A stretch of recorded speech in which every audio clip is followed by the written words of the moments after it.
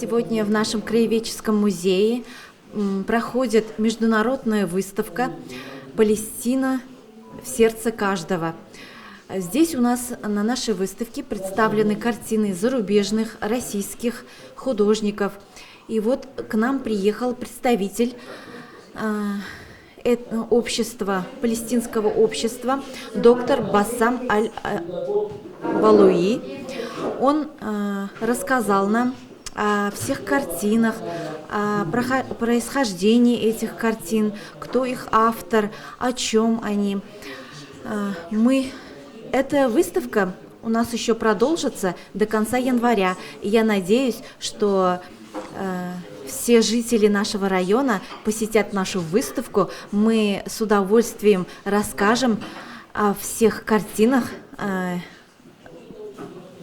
этой выставки и ждем всех на нашей выставке. Спасибо.